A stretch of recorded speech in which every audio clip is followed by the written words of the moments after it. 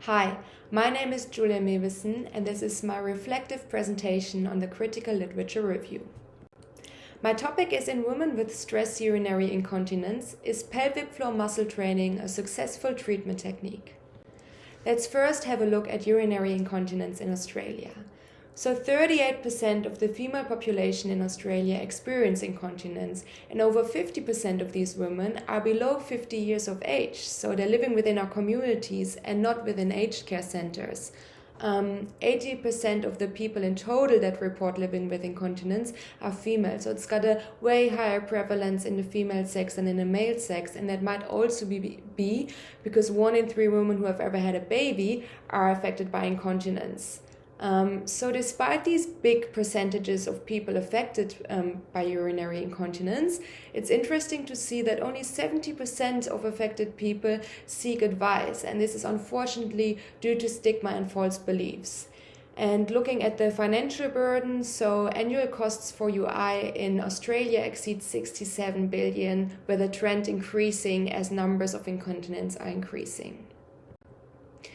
Let's now look at stress urinary incontinence. So it's the most common form of UI. It makes up of 49% of cases, and it's the involuntary urine leakage during efforts such as sneezing, coughing, or physical exertion.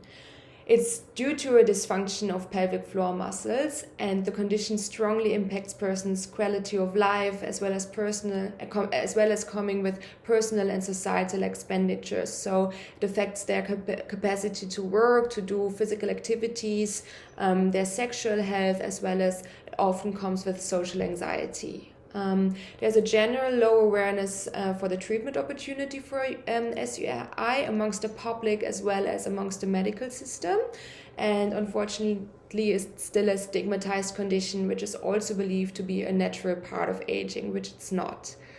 Looking at the PICO, I used women diagnosed with stress urinary incontinence as my population or problem, and pelvic floor muscle training or exercises as my intervention. Comparison was electromyographic biofeedback, control groups, or alternative interventions, and outcomes were a reduction of urine loss and an improved quality of life.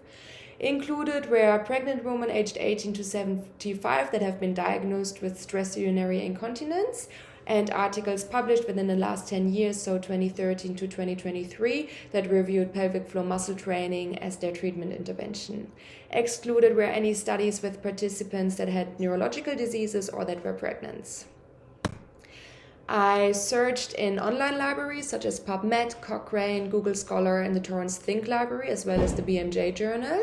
And the keywords I used mainly were PFMT or pelvic floor muscle training and women, or SUI, stress urinary incontinence and women.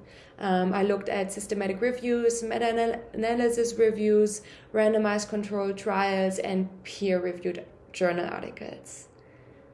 My research outcomes were that pelvic floor muscle training is a minimally invasive and effective first-line conservative treatment for SUI, and standalone PFMT is just as effective as PFMT with accessories such as electromyographic biofeedback, vaginal cones, or electrical stimulation, but people who struggle to identify their pelvic floor muscles would benefit from those accessories.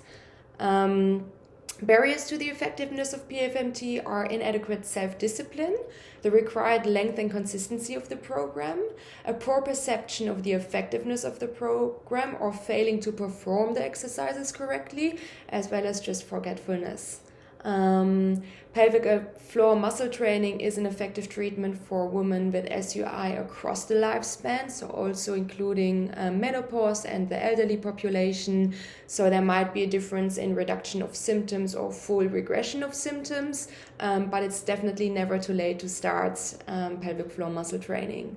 And in terms of load, pelvic floor muscle training needs to be performed for 3 to 5 times a week for at least 15 to 20 weeks to be effective. Personal reflections. It's interesting to learn so much about SUI and its high prevalence but low treatment rate, despite it being a cost-effective and effective intervention. I definitely learned how to critically evaluate the research and find different opinions, but I struggled coming up with themes because I felt like I was constantly losing track and going down rabbit holes and looking at different articles rather than sticking to the main ones that I had chosen.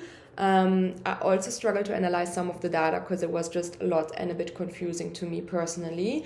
But I found a new appreciation for all researchers and know that I don't want to become one. Thank you very much, and here are my references.